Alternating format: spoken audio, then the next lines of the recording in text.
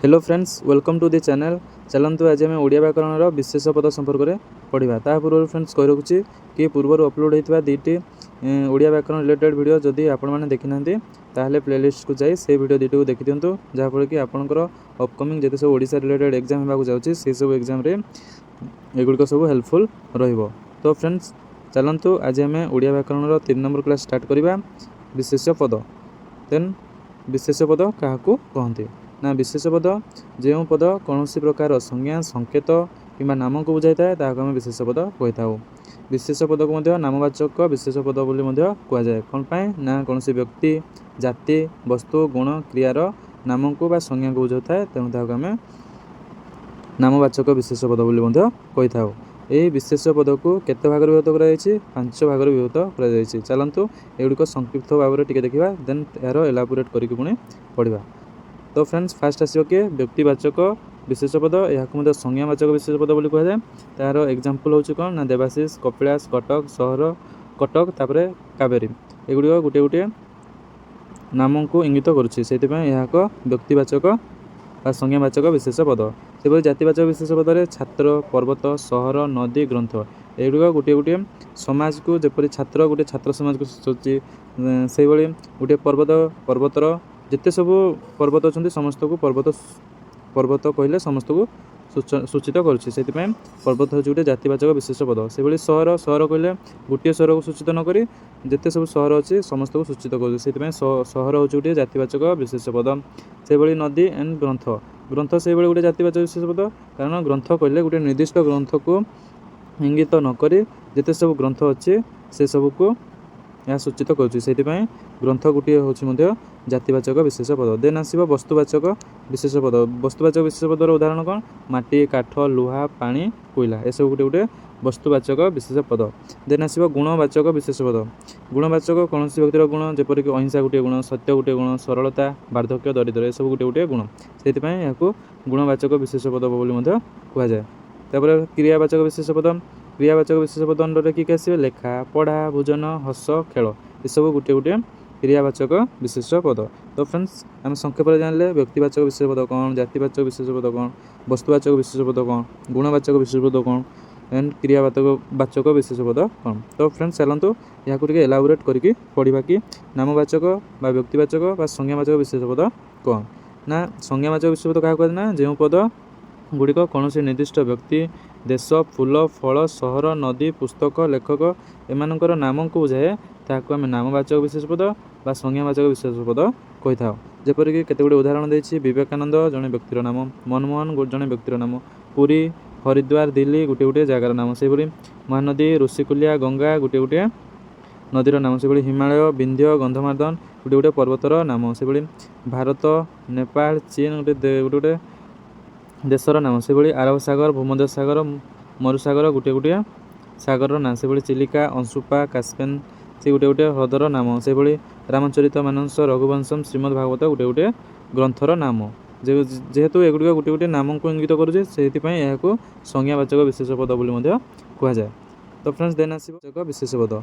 जातिवाचक विशेष पद क्या कहते ना जो विशेष पद कौन निर्दिष्ट जातिर नाम को बुझाई था कौन निर्दिष्ट जातिर नाम को बुझाई था से पद को जातिवाचक विशेष पद कहुए। जेपरिक हाथी गोटे जातिवाचक विशेष पद होते तार गोटे निर्दिष्ट नाम रही ऐरावत से मनुष्य गोटे जातिवाचक विशेष पद होते तार गोटे निर्दिष्ट नाम रही निर्दिष्ट नाम रघुनाथ राम दाम श्याम ये केतगुड़े नाम रही से मनुष्य को जातिवाचक विशेष पद कहुए। से गाई को गोटे जातिवाचक विशेष पद कहले कहुए कौन ना तार गोटे निर्दिष्ट नाम रही सेमती कामधेनु कामधेनु जेहेतु तार निर्दिष्ट नाम रही से गाई हूँ गोटे जातिवाचक विशेष पद। से पुस्तक हूँ गोटे जातिवाचक विशेष पद कौन तार गोटे निर्दिष्ट नाम को से इंगित करमती रामायण महाभारत ये सब गोटे गोटे निर्दिष्ट पुस्तकर नाम से पुस्तक हूँ गोटे जातिवाचक विशेष पद। से देश कहले गोटे जातिवाचक विशेष पद कारण देश कहले समस्त प्रकार देश जपरी इंडिया पाकिस्तान तुरस्क ये केतगुड़े देश को बुझुची से देश गोटे जातिवाचक विशेष पद। से शबर शबर गोटे जातिवाचक विशेष पद कारण तार निर्दिष्ट गोटे नाम को इंगित करुच्ची गुहक तेणु शबर को जातिवाचक विशेष पद बोली कहुए। सेपरी पहाड़ ପାହାଡ଼ ଗୋଟିଏ ଜାତିବାଚକ ବିଶେଷ ପଦ କ'ଣ ପାଇଁ ନା ତା'ର ଗୋଟିଏ ନିର୍ଦ୍ଦିଷ୍ଟ ନାମକୁ ଇଙ୍ଗିତ କରୁଛି ଘଣ୍ଟଶିଳା, ସେଇଥିପାଇଁ ପାହାଡ଼ ଗୋଟିଏ ଜାତିବାଚକ ବିଶେଷ ପଦ କୁହାଯାଏ। ସେଇଭଳି ନଈ କହିଲେ ଗୋଟିଏ ଜାତିବାଚକ ବିଶେଷ ପଦ କ'ଣ ପାଇଁ ନା ବୈତରଣୀ ଗୋଟିଏ ନିର୍ଦ୍ଦିଷ୍ଟ ନଦୀର ନାମ। ସେଇଭଳି ବୈତରଣୀ ଏଇଭଳି କେତେ ଗୁଡ଼ିଏ ନଦୀର ନାମ ଅଛି, ବୈତରଣୀ, ବ୍ରାହ୍ମଣୀ ହେଲା, ମହାନଦୀ, ଏଇଭଳି ଗୋଟିଏ ନଦୀର ନାମକୁ ସେ ସୂଚିତ କରୁଛି, ସେଇଥିପାଇଁ ନଈକୁ ଜାତିବାଚକ ବିଶେଷ ପଦ କୁହାଯାଏ। ସେଇଭଳି ଫୁଲକୁ ମଧ୍ୟ ଜାତିବାଚକ ବିଶେଷ ପଦ କୁହାଯାଏ କ'ଣ ପାଇଁ ନା ଫୁଲର କେତେ ଗୁଡ଼ିଏ ନିର୍ଦ୍ଦିଷ୍ଟ ନାମ ରହିଛି, ଗୋଲାପ, ଟଗର, ମନ୍ଦାର, ଏଇଭଳି ଗୋଟିଏ ନିର୍ଦ୍ଦିଷ୍ଟ ନାମକୁ ଇଙ୍ଗିତ କରୁଛି, ସେଇଥିପାଇଁ କେବଳ ଫୁଲକୁ ଜାତିବାଚକ ବିଶେଷ ପଦ କୁହାଯିବ, କିନ୍ତୁ ଗୋଲାପକୁ ଜାତିବାଚକ ବିଶେଷ ପଦ କୁହାଯିବ ନାହିଁ, ଗୋଲାପକୁ ସଂଜ୍ଞାବାଚକ ବିଶେଷ ପଦ କୁହାଯିବ ହେଲା। ଦେନ୍ କେତେକ କ୍ଷେତ୍ରରେ ନାମବାଚକ ବା ବ୍ୟକ୍ତିବାଚକ ବିଶେଷର ଜାତିବାଚକ ବିଶେଷ ରୂପେ ବ୍ୟବହାର ହୋଇଥାଏ। ତ ଫ୍ରେଣ୍ଡସ୍ ବେଳେବେଳେ ମଧ୍ୟ ନାମବାଚକ ବା ବ୍ୟକ୍ତିବାଚକ ବିଶେଷ ଭଳିଆ ଦେଖାଯାଉଥିବ, କିନ୍ତୁ ତାହାକୁ ଆମେ ଜାତିବାଚକ ବିଶେଷ ପଦ ରୂପରେ ବ୍ୟବହାର କରିଥାଉ। କେମିତି କରିଥାଉ ଚାଲନ୍ତୁ ଏହି ଉଦାହରଣରୁ ଦେଖିବା। ଫକୀରମୋହନକୁ ଓଡ଼ିଶାର ପ୍ରେମଚାନ୍ଦ କୁହାଯାଏ। ଫକୀରମୋହନ ଗୋଟିଏ ନିର୍ଦ୍ଦିଷ୍ଟ ନାମକୁ ବୁଝେଇଲା, ସେଥିପାଇଁ ଫକୀରମୋହନକୁ ନାମବାଚକ ବିଶେଷ ପଦ କୁହାଗଲା, ଇଏ ଠିକ୍ ଅଛି, କିନ୍ତୁ ଓଡ଼ିଶାର ପ୍ରେମଚାନ୍ଦ କୁହାଯାଏ। ଓଡ଼ିଶାର ପ୍ରେମଚାନ୍ଦ ମାନେ ଗୋଟିଏ ଗୋଷ୍ଠୀକୁ ବୁଝେଇଦେଲା, ତେଣୁ ଏହା ଏକ ଜାତିବାଚକ ବିଶେଷ ପଦ। ପ୍ରେମଚାନ୍ଦ ଦେଖାଯାଉଛି ନାମବାଚକ ବିଶେଷ ପଦ, କିନ୍ତୁ ଏହା ଏକ ଜାତିବାଚକ ବିଶେଷ ପଦ। ସେହିପରି କାବେରୀକୁ ଦକ୍ଷିଣ ଭାରତର ଗଙ୍ଗା କୁହାଯାଏ। ସେହିଭଳି କାବେରୀ ଗୋଟିଏ ନଦୀର ନାମ, ଏହା ହେଲା ନାମ ବା ସଂଜ୍ଞାବାଚକ ବିଶେଷ ପଦ। ଦକ୍ଷିଣ ଭାରତରେ ଗଙ୍ଗା କୁହାଯାଏ। ଗଙ୍ଗା କହିଲେ ଗୋଟିଏ ଜାତିକୁ ବୁଝାଇଦେଲା, ସେଥିପାଇଁ ଗଙ୍ଗା ଦେଖାଯାଉଛି ସଂଜ୍ଞାବାଚକ ବିଶେଷ ପଦ ଭଳିଆ, କିନ୍ତୁ ଏହା ଏକ ଜାତିବାଚକ ବିଶେଷ ପଦ। ସେହିଭଳି ନେଲସନ ମାଣ୍ଡେଲାକୁ ଆଫ୍ରିକାର ମହାତ୍ମା ଗାନ୍ଧୀ କୁହାଯାଏ। ଏଥିରେ ନେଲସନ ମାଣ୍ଡେଲା ହେଉଛି ବ୍ୟକ୍ତିବାଚକ ବିଶେଷ ପଦ, କିନ୍ତୁ ମହାତ୍ମା ଗାନ୍ଧୀ ହେଉଛନ୍ତି ଜାତିବାଚକ ବିଶେଷ ପଦ। ଏହିଭଳି ଯଦି କମ୍ପାରିଜନ୍ କରିକି ଦେଇଥିବ ତାହେଲେ ଆପଣମାନେ ଭଲ ଭାବରେ ଟିକେ କ୍ୱେଶ୍ଚିନ୍କୁ ପଢ଼ିବେ, ଦେନ୍ ବ୍ୟକ୍ତିବାଚକ କିମ୍ବା ଜାତିବାଚକ ତାହାକୁ ମାର୍କ କରିବେ। ଦେନ୍ ଫ୍ରେଣ୍ଡସ୍ ଆସିବ ଆଉ ଜଣେ ଦିଲ୍ଲୀପ ତିର୍କୀ ହେବା ନୀଳିମାଙ୍କର ଲକ୍ଷ୍ୟ।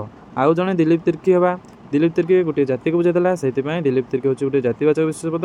ନୀଳିମା ହେଉଛି ଏଠିରେ କ'ଣ ବ୍ୟକ୍ତିବାଚକ ବିଶେଷ ପଦ। ସେଭଳି କଟକକୁ ଓଡ଼ିଶାର କଲିକତା କୁହାଯାଏ।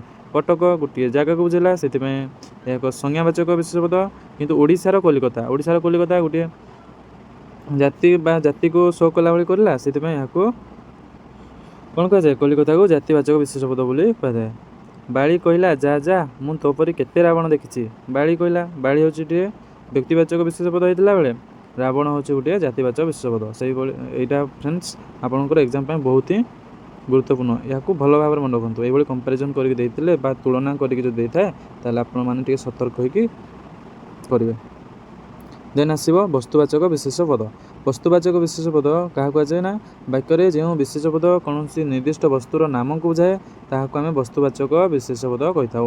ଯେପରିକି କ୍ଷୀର, ତେଲ, ସୁନା, ରୂପା, ଚାଉଳ, ଏ ଗୋଟିଏ ବସ୍ତୁର ନିର୍ଦ୍ଦିଷ୍ଟ ନାମକୁ ବୁଝେଇଲା, ସେଥିପାଇଁ ଏହାକୁ ଆମେ ବସ୍ତୁବାଚକ ବିଶେଷ ପଦ କହିଥାଉ। କିନ୍ତୁ ବସ୍ତୁଟିକୁ ଖଣ୍ଡ କଲେ ମଧ୍ୟ ଯଦି ନାମରେ କୌଣସି ପରିବର୍ତ୍ତନ ହୁଏ ନାହିଁ ତାହା ବସ୍ତୁବାଚକ ବିଶେଷ, ଯଦି ସେହି ନାମରେ ପରିଣତ ନ ହୁଏ ତାହା ଜାତିବାଚକ। ଯଦି ଆମେ ବସ୍ତୁଟିକୁ ଖଣ୍ଡ କରିଦେଲେ ମଧ୍ୟ ତା'ର କୌଣସି ନାମରେ ପରିବର୍ତ୍ତନ ହେବନି, ତାହେଲେ ଆମେ ତାକୁ ବସ୍ତୁବାଚକ ବିଶେଷ ପଦ କହିବା। ଯଦି ସେହି ବସ୍ତୁକୁ ଆମେ ଖଣ୍ଡ କରିଦେଲେ ତା'ର ନାମରେ ପରିବର୍ତ୍ତନ ଆସିଯାଉଛି, ତାହେଲେ ଆମେ ସେହି ବସ୍ତୁକୁ ବସ୍ତୁବାଚକ ବିଶେଷ ପଦ ନ କହି ଜାତିବାଚକ ବିଶେଷ ପଦ କହିବା। ତ ଫ୍ରେଣ୍ଡସ୍ ଚାଲନ୍ତୁ ଦେଖିବା, ଏଇଟା ବହୁତ ବି ଇମ୍ପୋର୍ଟାଣ୍ଟ ରହିବ ଆପଣଙ୍କର ଏକ୍ଜାମ୍ ପାଇଁ ହେଲା। ତ ଫ୍ରେଣ୍ଡସ୍ ମାଟି ହେଉଛି ଗୋଟିଏ ବସ୍ତୁବାଚକ ବିଶେଷ ପଦ। କ'ଣ ପାଇଁ ନା ମାଟିକୁ ଯଦି ଆମେ ଖଣ୍ଡ କରିଦେବା ଭାଙ୍ଗିଦେବା, ସେଇ ମାଟି ହିଁ ରହିବ, ସେଥିପାଇଁ ମାଟିକୁ ବସ୍ତୁବାଚକ ବିଶେଷ ପଦ କୁହାଯାଏ। ସେହିଭଳି କାଠକୁ ଖଣ୍ଡ କରିଦେଲେ ମଧ୍ୟ ତାହା ସେଇ କାଠ ହିଁ ରହିବ, ତେଣୁ ତାହା କାଠ ହେଉଛି ଗୋଟିଏ ବସ୍ତୁବାଚକ ବିଶେଷ ପଦ। ସେହିଭଳି କାଗଜକୁ ଆମେ ଟୁକୁଡ଼ା କରିଦେଲେ ବି ତାକୁ ଆମେ କାଗଜ ହିଁ କହିବା, ସେଥିପାଇଁ କାଗଜ ହେଉଛି ଗୋଟିଏ ବସ୍ତୁବାଚକ ବିଶେଷ ପଦ। ସେହିପରି ରୂପାକୁ ଯଦି ଆମେ ଟିକ୍ କରିଦେବା, ରୂପାକୁ ଆଉ କ'ଣ କହିବା କି ନାହିଁ, ରୂପାକୁ ହିଁ ରୂପା କହିବା, ସେଥିପାଇଁ ରୂପା ହେଉଛି ଗୋଟିଏ ବସ୍ତୁବାଚକ ବିଶେଷ ପଦ। କିନ୍ତୁ ମୂର୍ତ୍ତିଟା ମାଟିରେ ତିଆରି ହେଇଛି ହେଲା, ମୂର୍ତ୍ତିଟାକୁ ଯଦି ଆମେ ଭାଙ୍ଗିଦେବା ତାହେଲେ ମୂର୍ତ୍ତିଟା କ'ଣ ହେଇଯିବ, ମାଟି ହେଇଯିବ। ତେଣୁ ମୂର୍ତ୍ତିଟା ଯେହେତୁ ଗୋଟିଏ ବସ୍ତୁ, ତାକୁ ଆମେ ଖଣ୍ଡ କରିଦେଲେ ସେ ମାଟିରେ ପରିଣତ ହେଇଯାଉଛି, ସେଥିପାଇଁ ମୂର୍ତ୍ତିକୁ ଆମେ ବସ୍ତୁବାଚକ ବିଶେଷ ପଦ ନ କହି ତାକୁ ଆମେ କ'ଣ କହିବା, ମୂର୍ତ୍ତିକୁ ଜାତିବାଚକ ବିଶେଷ ପଦ କହିବା। ଟିକେ ଭଲ ଭାବରେ ମାର୍କ କରିକି କରିବେ। ସେଭଳି ଖଟକୁ ଯଦି ଆମେ ଖଣ୍ଡ କରିଦେବା ତାହେଲେ ଖଟଟା କାଠ ହେଇଯିବ ହେଲା, ସେଥିପାଇଁ ଖଟକୁ ଆମେ କହିବା କ'ଣ, ଜାତିବାଚକ ବିଶେଷ ପଦ। କ'ଣ ପାଇଁ ନା ଏହାକୁ ଆମେ ଟୁକୁଡ଼ା କରିଦେଲେ ସେ କାଠରେ ପରିଣତ ହେଇଯାଉଛି ହେଲା। ସେହିଭଳି ବହିଟାକୁ ଆମେ ଯଦି ଟୁକୁଡ଼ା ଟୁକୁଡ଼ା କରିଦେବା ସେ କାଗଜରେ ପରିଣତ ହୋଇଯିବ। ସେଥିପାଇଁ ବହି ଗୋଟିଏ ବସ୍ତୁବାଚକ ବିଶେଷ ପଦ ହେଲେ ମଧ୍ୟ ଯେହେତୁ ତାକୁ ଆମେ ଟୁକୁଡ଼ା ଟୁକୁଡ଼ା କରିଦେଲେ ସେ କାଗଜରେ ପରିଣତ ହୋଇଯାଉଛି, ସେଥିପାଇଁ ଆମେ ବହିକୁ ବସ୍ତୁବାଚକ ବିଶେଷ ପଦ ନ କହି ଜାତିବାଚକ ବିଶେଷ ପଦ କହିବା। ସେହିପରି ଚୁଡ଼ି, ଚୁଡ଼ିକୁ ଯଦି ଆମେ ଖଣ୍ଡ ଖଣ୍ଡ କରିଦେବା, ରୂପା ଚୁଡ଼ି ଯଦି ହେଇଥିବ ଖଣ୍ଡ ଖଣ୍ଡ କରିଦେଲେ ତାହା ରୂପାରେ ପରିଣତ ହୋଇଯିବ। ସେଇଥିପାଇଁ ଚୁଡ଼ିକୁ ଆମେ ଜାତିବାଚକ ବିଶେଷ ପଦ କହିବା, କିନ୍ତୁ ଚୁଡ଼ିକୁ ଆମେ ବସ୍ତୁବାଚକ ବିଶେଷ ପଦ କହିବା ନାହିଁ। ସିଏ ବସ୍ତୁ ହେଇଥାଇପାରେ କିନ୍ତୁ ବସ୍ତୁବାଚକ ବିଶେଷ ପଦ ହେବ ନାହିଁ, ସେ ହେବ ଜାତିବାଚକ ବିଶେଷ ପଦ। ଜାଣିପାରିଲେ? ଚାଲନ୍ତୁ ନେକ୍ସଟ ଦେଖିବା ଗୁଣବାଚକ ବିଶେଷ ପଦ। ଗୁଣବାଚକ ବିଶେଷ ପଦ କାହାକୁ କୁହାଯାଏ ନା ବାକ୍ୟରେ ଯେଉଁ ବିଶେଷ ପଦ କୌଣସି ନିର୍ଦ୍ଦିଷ୍ଟ ଗୁଣ ଅବସ୍ଥାର ନାମକୁ ବୁଝାଏ ତାହାକୁ ଆମେ ଗୁଣବାଚକ ବା ଅବସ୍ଥାବାଚକ ବିଶେଷ ପଦ କହିଥାଉ।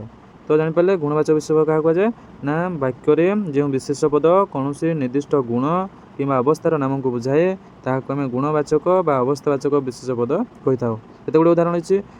କପୁତ, ନିରୀହତା ଓ ମୟୂର ସୌନ୍ଦର୍ଯ୍ୟର ପ୍ରତୀକ ହେଲା। କପୁତ, ନିରୀହତା ଏବଂ ସୌନ୍ଦର୍ଯ୍ୟ ଏହା ଗୋଟିଏ ଗୋଟିଏ ମାନେ ନିର୍ଦ୍ଦିଷ୍ଟ ଗୁଣ କିମ୍ବା ଅବସ୍ଥାକୁ ତାହା ସୂଚିତ କରୁଛି। ସେଥିପାଇଁ ନିରୀହତା ଏବଂ ସୌନ୍ଦର୍ଯ୍ୟ ହେଉଛି ଗୁଣବାଚକ ବିଶେଷ ପଦ।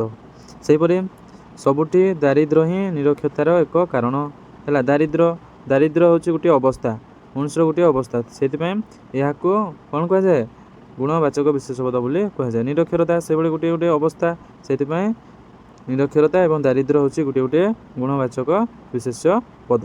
ତାର କେତେ ଗୁଡ଼ିଏ ଉଦାହରଣ ଦିଆଯାଇଛି। ଏକ ମମତା, ସାଧୁତା, ସରଳତା, ଧୀରତା, ନମ୍ରତା, କ୍ଷମା, ଭକ୍ତି, ସାହସ, ଶ୍ରଦ୍ଧା, ଭଲ ମନ୍ଦ, ଦୁଷ୍ଟାମି ଇତ୍ୟାଦି ଇତ୍ୟାଦି ଗୋଟିଏ କ'ଣ ଗୁଣବାଚକ ବିଶେଷ ପଦ। ତ ଫ୍ରେଣ୍ଡସ୍ ଭଲ ଭାବରେ ମାର୍କ କରିକି ଆପଣମାନେ ଏକ୍ଜାମରେ ଯଦି କ୍ୱେଶ୍ଚିନ୍ ଆସିଲା ତ କରିବେ। ଦେନ୍ ଆସିବ କ୍ରିୟାବାଚକ ବିଶେଷ ପଦ। କ୍ରିୟାବାଚକ ବିଶେଷ ପଦ କାହାକୁ କୁହାଯାଏ ନା ଯେଉଁ ପଦ ଗୁଡ଼ିକ କୌଣସି ନିର୍ଦ୍ଦିଷ୍ଟ କ୍ରିୟା ବା କାର୍ଯ୍ୟର ନାମକୁ ବୁଝାଏ ତାହାକୁ ଆମେ କ୍ରିୟାବାଚକ ବିଶେଷ ପଦ କହିଥାଉ। ଯେପରିକି ପଢ଼ୁଛି ଗୋଟିଏ କ୍ରିୟା, ଗାଉଛି ଗୋଟିଏ କ୍ରିୟା, ଯିବା ଆସିବା, ପଢ଼ିବା, ଲେଖିବା, ହସିବା ଏ ଗୋଟିଏ କ୍ରିୟା, ତେଣୁ ଏଗୁଡ଼ିକୁ ଆମେ କ୍ରିୟାବାଚକ ବିଶେଷ ପଦ କହିଥାଉ। ଯେପରି କ୍ରିୟା ଯଦି ଲେଖା ହେଇଛି ବସିଛନ୍ତି ତାର କ୍ରିୟାବାଚକ ବିଶେଷ କ'ଣ ହେବ ବସିବା। ସେଭଳି କାଶୁଚିର କାଶିବା, ସେଭଳି ଦେଖିଛିର ଦର୍ଶନ କରିବା, ଏହା ଗୋଟିଏ ଗୋଟିଏ କ୍ରିୟାବାଚକ ବିଶେଷ ପଦ ହୋଇଥାଏ। ତ ଏହି କ୍ରିୟାବାଚକ ବିଶେଷ ପଦ ଦୁଇ ପ୍ରକାର, ଗୋଟେ ହେଲା ସାଧ୍ୟ କ୍ରିୟା ଆଉ ଗୋଟେ ହେଲା ସିଦ୍ଧ କ୍ରିୟା। ସାଧ୍ୟ କ୍ରିୟାରେ କ'ଣ ହୋଇଥାଏ ନା ସମୟର ସୂଚନା ମିଳିଥାଏ, କିନ୍ତୁ ସିଦ୍ଧ କ୍ରିୟାରେ ସମୟର ସୂଚନା ମିଳିନଥାଏ। ତ ସାଧ୍ୟ କ୍ରିୟାର କେତେ ଗୁଡ଼ିଏ ଏକ୍ଜାମ୍ପଲ୍ ରହିଛି, ଯେଉଁ କ୍ରିୟାରେ କି ସମୟର ସୂଚନା ମିଳିଥାଏ। ପଢ଼ୁଛି ଗୋଟିଏ ସମୟର ସୂଚନା ମିଳୁଛି, ପଢ଼େ, ପଢ଼ିବ, ପଢ଼ିଲା, ହସିଲା ଗୋଟିଏ ଗୋଟିଏ ସମୟର ସୂଚନା ମିଳୁଛି, ତେଣୁ ଏହାକୁ ସାଧ୍ୟ କ୍ରିୟା କୁହାଯାଏ। ଆଉ ଗୋଟେ ହେଲା ସିଦ୍ଧ କ୍ରିୟା, ଯେଉଁ କ୍ରିୟାରେ ସମୟର ସୂଚନା ମିଳିନଥାଏ ତାହାକୁ ଆମେ ସିଦ୍ଧ କ୍ରିୟା କହିଥାଉ। ଯେପରିକି ପଢ଼ା, ପାଠ, ପଠନ, ଭୋଜନ, ହସ, ରକ୍ଷା ଏଗୁଡ଼ିକ କ୍ରିୟାରେ କୌଣସି ସମୟର ସୂଚନା ନାହିଁ, ସେଥିପାଇଁ ଏହାକୁ ସିଦ୍ଧ କ୍ରିୟା ବୋଲି କୁହାଯାଇଥାଏ। ସାଧ୍ୟ କ୍ରିୟା ଏବଂ ସିଦ୍ଧ କ୍ରିୟା କ'ଣ ଜାଣିଲେ? ତ ଗୋଟିଏ ଏକ୍ଜାମ୍ପଲ୍ ଦେଇଛି, ସେମାନେ ଖେଳୁଛନ୍ତି, ସେମାନଙ୍କର ଖେଳ ଚାଲିଛି ହେଲା, ଖେଳୁଛନ୍ତି ଖେଳ ଚାଲିଛି, ଏହା ଗୋଟିଏ ଗୋଟିଏ କ'ଣ କ୍ରିୟାବାଚକ ବିଶେଷ ପଦ। ତ ଫ୍ରେଣ୍ଡସ୍ ଦେନ୍ ଆସିବ ରୂପ ଆଉ ବ୍ୟବହାର ଅନୁସାରେ କେତେ ଗୁଡ଼ିଏ ବିଶେଷ ପଦ ରହିଛି, ଚାଲନ୍ତୁ ଦେଖିବା। ଗୋଟେ ହେଲା ପ୍ରାଣୀବାଚକ ବା ସଜୀବ ବିଶେଷ ପଦ। ପ୍ରାଣୀବାଚକ ବା ସଜୀବ ବିଶେଷ ପଦରେ କିଏ ଆସିବେ? ବାଘୁଣୀ, ପିଲାମାନେ, ଚିଲ, ଏହା ସବୁ ଗୋଟିଏ ଗୋଟିଏ ପ୍ରାଣୀବାଚକ ବା ସଜୀବ ବିଶେଷ ପଦ। ସେହିଭଳି ଅପ୍ରାଣୀବାଚକ ବିଶେଷ ପଦ ବା ନିର୍ଜୀବ ବିଶେଷ ପଦରେ ନଦୀ, ଘର, ଟଙ୍କା ଏବଂ ବହି ଏ ଗୋଟିଏ ଗୋଟିଏ ସବୁ କ'ଣ ଅପ୍ରାଣୀବାଚକ ବା ନିର୍ଜୀବ ବାଚକ ବିଶେଷ ପଦ। ଦେନ୍ ଆସିବ ଇନ୍ଦ୍ରିୟ ଗ୍ରାହ୍ୟ ବିଶେଷ ବା ମୂର୍ତ୍ତିବାଚକ ବିଶେଷ ହେଲା। କ'ଣ କ'ଣ ଆସିବେ ତା ଅଣ୍ଡରରେ? ଘଣ୍ଟା, ଛାତ୍ର, ସୁନାମୁଦି ଏସବୁ ଗୋଟିଏ ଗୋଟିଏ କ'ଣ ଇନ୍ଦ୍ରିୟ ଗ୍ରାହ୍ୟ ଏବଂ ମୂର୍ତ୍ତିବାଚକ ବିଶେଷ। ଦେନ୍ ଆସିବ ଅମୂର୍ତ୍ତିବାଚକ ବିଶେଷ ବା ମନୋଗ୍ରାହ୍ୟ ବିଶେଷ। ତ କ'ଣ କ'ଣ ଆସିବେ ଏକ୍ଜାମ୍ପଲ୍ରେ? ଗର୍ବ, ଚାହିଁବା, ଅହଙ୍କାର ଏ ଗୋଟିଏ ଗୋଟିଏ କ'ଣ ଅମୂର୍ତ୍ତିବାଚକ ବିଶେଷ ବା ମନୋଗ୍ରାହ୍ୟ ବିଶେଷ। ଦେନ୍ ଆସିବ ଗଣନୀୟ ବିଶେଷ। ଗଣନୀୟ ବିଶେଷରେ କିଏ ଆସିବେ? ଦୁଇଟି, 10ଟି, ପୁଞ୍ଜାଏ, ହଳେ ଏସବୁ ଗୋଟିଏ ଗୋଟିଏ କ'ଣ ଗଣନୀୟ ବିଶେଷ। ଦେନ୍ ଆସିବ ଅଗଣନୀୟ ବିଶେଷରେ ପାଣି, ବାଲି, ଆକାଶ, ମାଟି ଏ ଗୋଟିଏ ଗୋଟିଏ ଅଗଣନୀୟ ବିଶେଷ, ଯେଉଁଟାକି ଅନକାଉଣ୍ଟେବୁଲ୍ ନାଉନ୍, ଆଉ ଗଣନୀୟ ହେଲା କାଉଣ୍ଟେବୁଲ୍ ନାଉନ୍। ସେହିଭଳି ବିଶେଷ ପୁଣି ଏକବଚନ ଏବଂ ବହୁବଚନ ବିଶେଷ ପଦ ରହିଛି। ଏକବଚନରେ ପିଲା, ପିଲାଟି, ପିଲାକୁ, ପିଲାର, ପିଲାଠାରେ ଗୋଟିଏ ଗୋଟିଏ ସଂଖ୍ୟାକୁ ବୁଝାଇଲେ ତାକୁ ଏକବଚନ କହିବ, କିନ୍ତୁ ବହୁବଚନ ଯଦି ଦୁଇରୁ ଅଧିକକୁ ସୂଚିତ କରିବ ତାହେଲେ ତାହାକୁ ଆମେ ବହୁବଚନ କୁହାଯାଏ। ଯେପରିକି ପିଲାମାନେ, ପିଲାମାନଙ୍କୁ, ପିଲାମାନଙ୍କର, ପିଲାଏ ଏ ଗୋଟିଏ ଗୋଟିଏ କ'ଣ ନା ବହୁବଚନ। ତ ଏକବଚନ ବହୁବଚନ କ'ଣ ଆପଣମାନେ ଜାଣିଲେ। ଦେନ୍ ଆସିବ ସୂଚକ ପଦ ଓ ବିଭକ୍ତି ଚିହ୍ନ ବିଶେଷ ପଦ ହେଲା। ସୂଚକ ପଦ ଓ ବିଭକ୍ତି ଚିହ୍ନ ବିଶେଷ ପଦ କ'ଣ ନା ସବୁ ବିଦ୍ୟାଳୟ।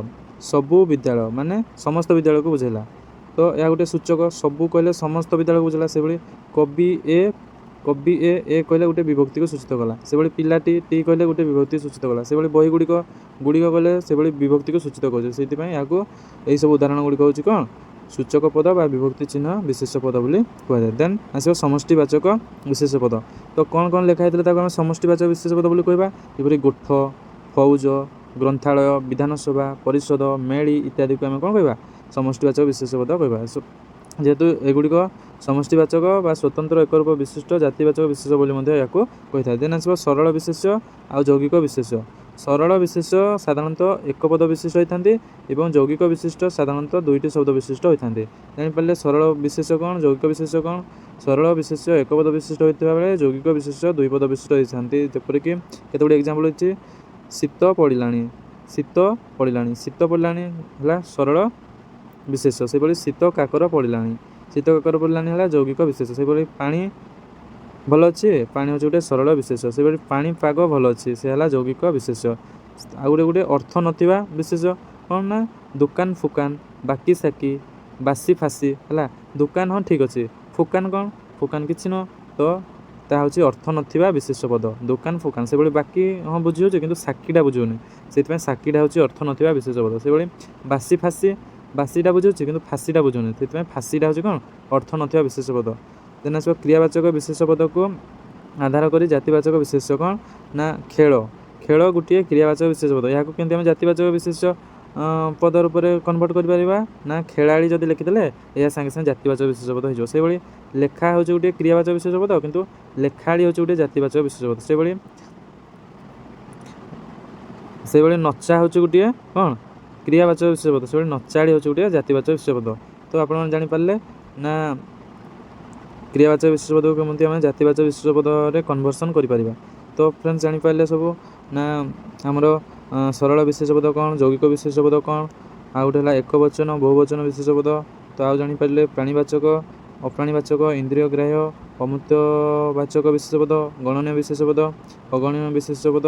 तो आउ जो विशेष पद जो 5 प्रकार रहा ना कौन कौन ना व्यक्तिवाचक विशेष पद आ जातिवाचक विशेष पद वस्तुवाचक विशेष पद गुणवाचक विशेष पद क्रियावाचक विशेष पद ए सब विषय जानले। तो फ्रेंड्स आज ये विशेष पद चैप्टरटी शेष हो जाए।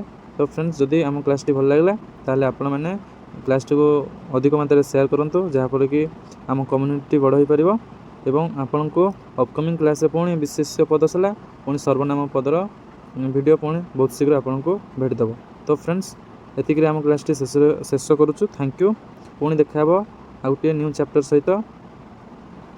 Thank you.